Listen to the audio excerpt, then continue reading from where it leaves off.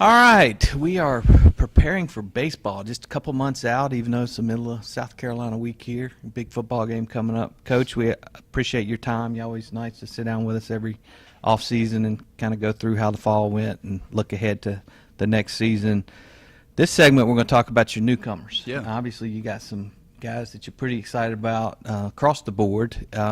Let's start off by talking about some of the newcomers you expect to help on the mound this year. Absolutely. And, this is a group that I'm very, very excited about. When you look at just the projectability, the size of some of these guys, the arm strength of some of these guys, I think this group of newcomers on the pitching side have a chance to be very, very good for us.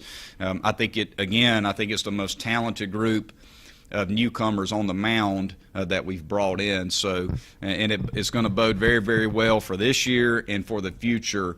As long as, knock on wood, we can keep them healthy, these guys are going to be very good for us. The newcomer that stood out the most for us this fall, on the pitching end and on the offensive end, who I think is going to be a star, is Davis Sharp.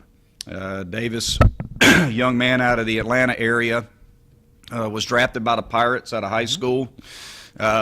Davis is certainly in the mix right now to be a weekend starter. From a consistency standpoint, I don't know if anybody was more consistent on our pitching staff, regardless of age, than Davis.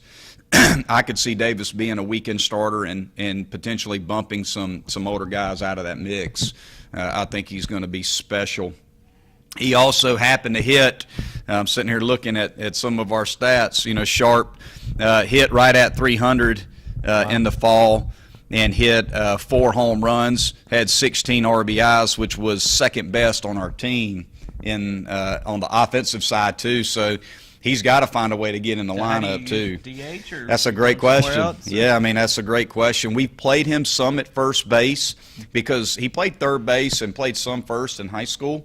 But with the amount of innings he's going to throw for us, obviously we have to protect his arm. We have to figure out a way, how can we find a way to maximize what this young man can do on the mound and what he can do in the lineup. So he is certainly a DH option. We'll continue to work him at first base because he's very athletic. He's also a huge target. Big, tall kid with a long wingspan. So he profiles as a first baseman. And he looked very good over there when we put him over there. But we were very careful with him, too, about keeping him on his feet and the amount of reps that we gave him defensively, just trying, again, to do both. We've seen when we try to do both with guys, it can wear them down a little bit. He was, I think if we can keep him from fatiguing by having a good plan for him pitching-wise and hitting-wise, this guy's got a chance to be special. He's going to be a big factor on the bump for us, and I do believe he's going to be a big factor for us offensively. He certainly proved that this fall for me. Great. Another kid that stood out to me is a young left-hander named Justin Robleski. Robo was drafted, I believe, by the Mariners out of high school. Up to 92, 93, left-handed, 3-pitch mix. Had a little bit of a setback health-wise this fall, but is going to be fine. He also hit for us. He's an above-average athlete, can really run, good defender in the outfield. But we feel like going into the spring, he's probably more ready to help us as an arm. He's going to be in the mix potentially in the weekend and in the midweek. Once he starts to focus, I think, more on the pitching side because being an outfielder and a pitcher is tough. But he is going to be very, very good for us. Had a sub-3 ERA this fall and pitched very, very well for us. But Sharp and Robo were really good. Another young man that a lot of our hitters think have similar traits to Ryan Miller is Jackson Lindley. Jackson's from T.L. Hanna High School. Big, tall right-hander, upper 80s, low 90s fastball, but it's got a lot of sink and movement. Is going to be a ground ball guy. he could factor in the mix as a midweek guy and a big piece for us out of the pen if we need to use him out of the bullpen. Another very projectable kid. Two lefties that we feel like are going to pitch out of the pen for us are Nate Lamb and Keyshawn Askew. Nate Lamb is from Chesney, South Carolina, just a big, strong, powerful left-hander. Low 90s fastball, good breaking ball. He chewed our hitters up this fall. Had more strikeouts than innings pitched. And Keyshawn is a tall, slender left-hander with a low arm slot. His ball moves a ton. A lot of sink. Just has to develop his off-speed pitches, change up and breaking ball to see if he can get some swings and misses.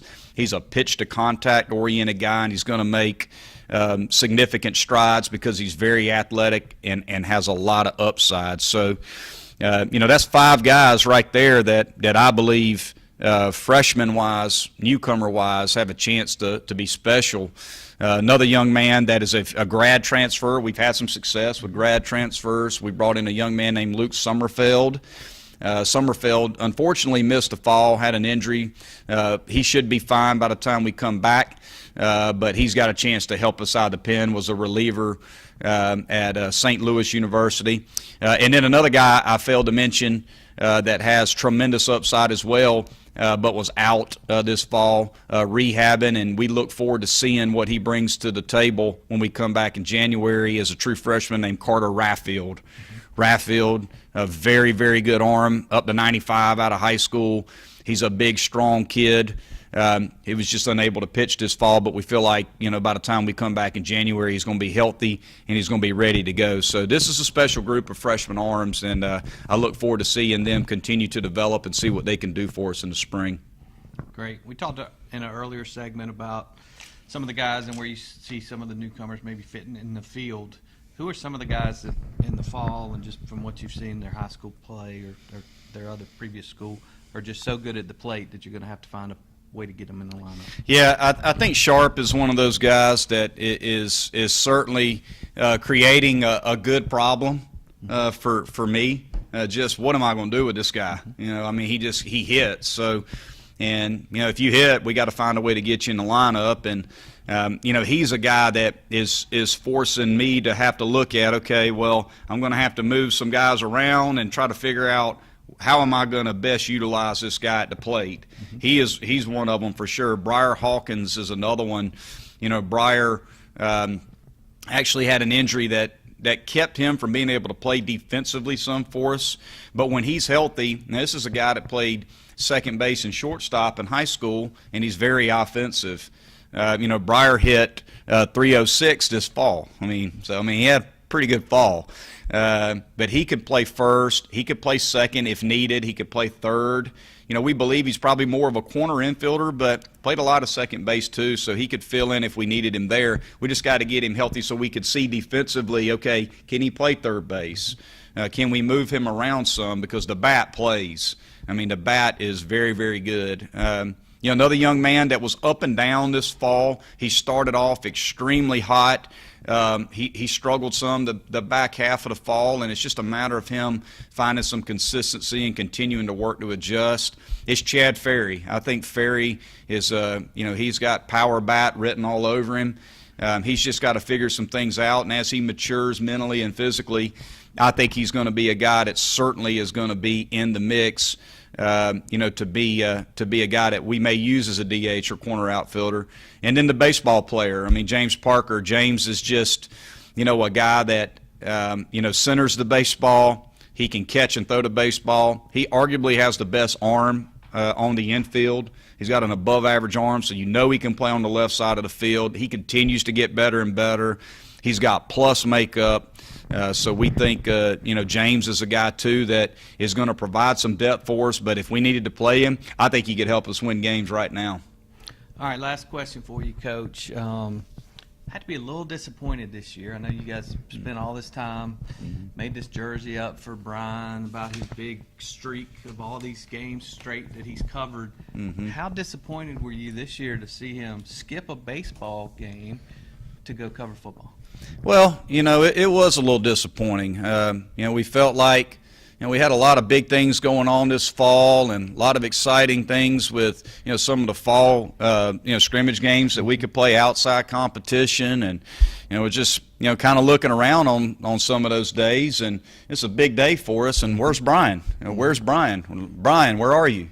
Trying to find him, and next thing you know, you come to find out he's with football. So I think Brian is just so concerned with the streaks. He's got a long streak with football. He hadn't missed a game, and Lord knows how long, probably 20 plus years or something. It's crazy how many games. But he still wants to try to continue that streak in baseball, and I guess it's just going to be in the spring. I guess the fall, right now, football, just takes a little bit of a priority in Brian's eyes when it comes to that. So, have you had a conversation with Dabo? I know Dabo's trying to get you maybe to look at some dual athletes to play baseball and football. Have you told him that you're gonna have to give Brian up to set things straight? That certainly could be part of the package deal. I mean, if we're going to have some dual athlete guys, I mean, it's really hard to do both, but we'd love to give them the opportunity. And Brian at some point's just got to make a decision. Is he more of a football guy or more of a baseball guy? And that's something that Brian and I will have to discuss. And he's just going to have to make some tough decisions. But then obviously we're kidding. But I will say this: there's nobody in our business who is better than Brian Hennessy. He is the best sports information director, in my opinion, in the country. I'm amazed at how much work he does for football and for baseball, and just how much he is invested in Clemson athletics. So we love to give him a hard time, but it's all because we love what he does for us and we value him so much. All right, Coach. Thank you very much for breaking all that down for us. Thank you.